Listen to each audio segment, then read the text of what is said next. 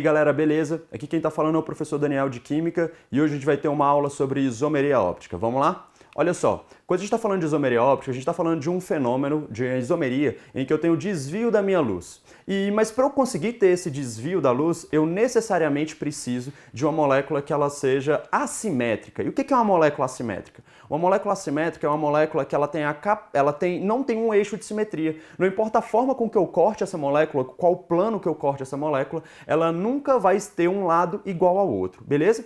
A maneira mais fácil da gente identificar essa assimetria é quando a gente observa um carbono quiral, como esse carbono que a gente está vendo aí. O que vai ser um carbono quiral? De maneira simplificada, o meu carbono quiral vai ser um carbono que ele tem 4 ligantes diferentes, ou seja, a gente tem 4 estruturas ligadas a ele e essas 4 estruturas elas são completamente distintas, elas não são iguais, beleza?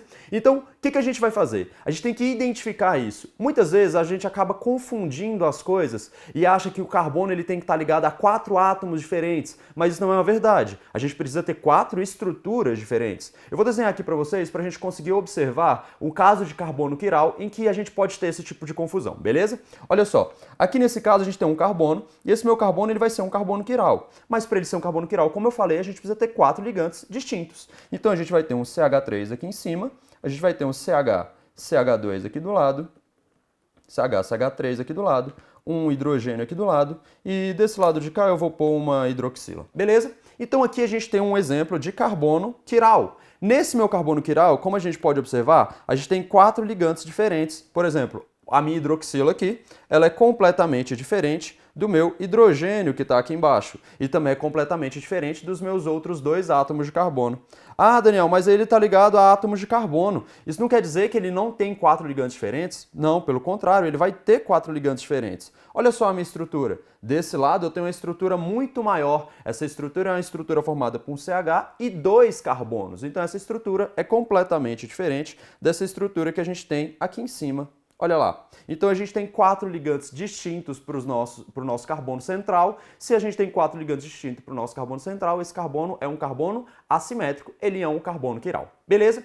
Isso que eu estou falando é de maneira bem simplificada, bem mais tranquila, beleza? Se a gente for levar ao pé da letra o conceito de carbono quiral, a gente vai ter isso aqui. O que é um carbono quiral? Carbono quiral é um carbono que ele tem a imagem especular não sobreponível. Como assim imagem especular não sobreponível? Imagina que são as nossas mãos. A nossa mão, uma é reflexo da outra, e quando a gente tenta sobrepor elas, a gente não sobrepõe de maneira exata. Então isso aqui é um carbono quiral não sobreponível. As nossas mãos são quirais também, beleza? Então, aqui quando a gente vai falando de um carbono quiral, a gente vai ter um carbono que ele vai ter uma imagem especular, e essa imagem especular não vai ser sobreponível. E aí entra os nossos isômeros ópticos. Quando a gente vai falando de isômero óptico que possui carbono quiral, a gente pode dizer que um isômero vai desviar a luz para a esquerda, outro isômero vai desviar a luz para a direita. E quando a gente faz isso, a gente consegue observar no meu carbono essa presença. Esse tipo de isômeros, esses isômeros em que um desvia para a esquerda e outro desvia para a direita, a gente chama de enantiômeros.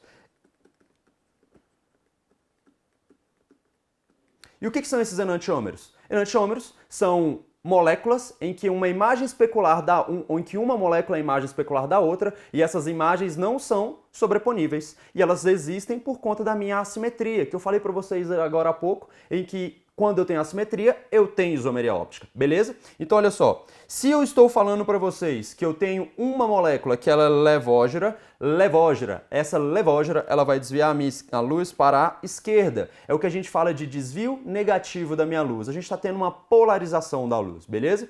Se eu tenho uma molécula que ela é destrógera, a gente diz que ela está desviando a luz para a direita e a gente tem um desvio positivo da minha luz. Daniel, tem como eu olhar a minha molécula e determinar isso? Não, não tem como eu olhar a molécula e determinar isso. A única forma que eu tenho para determinar isso é através de experimentos, através de métodos empíricos, experimentações dentro de um laboratório, beleza? Mas uma coisa que eu posso afirmar com certeza é, se na minha prova eles me indicam uma molécula levógera, o isômero óptico dela com certeza vai ser destrógeno.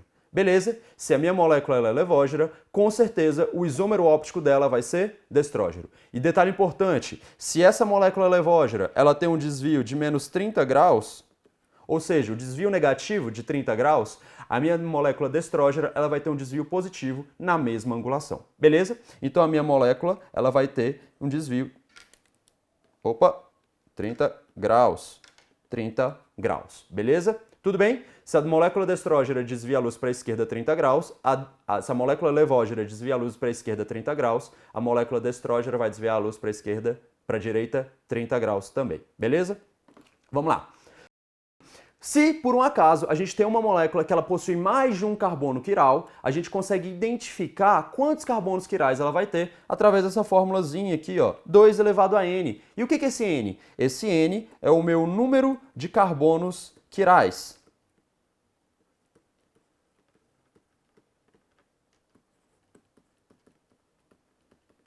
Beleza? Quando eu tenho uma molécula e ela tem mais de um carbono quiral, eu posso identificar o número de carbonos quirais que ela tem através dessa fórmula. 2 elevado a N vai ser igual ao número de isômeros ópticos que ela tem. Esse número de isômeros ópticos é dependente do número de carbonos quirais que essa molécula pode ter. Beleza? Para finalizar, olha lá, isômeros ópticos inativos. A gente pode ter em alguns casos em que a minha molécula ela não vai ter todos os isômeros ópticos dela ativos. A gente vai ter um processo que a gente chama de compensação interna. Como é que funciona isso? Se eu tenho um carbono dentro da minha própria estrutura, que é o caso dessa daqui,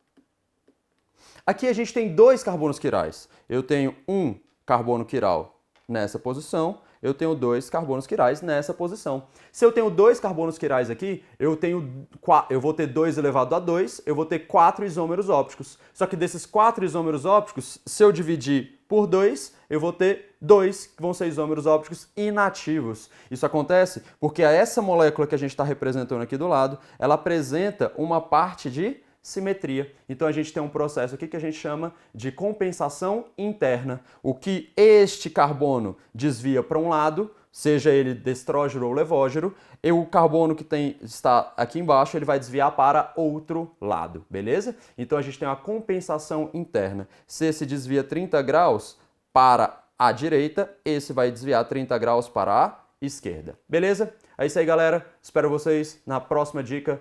Aproveitem a prova de vocês. Valeu!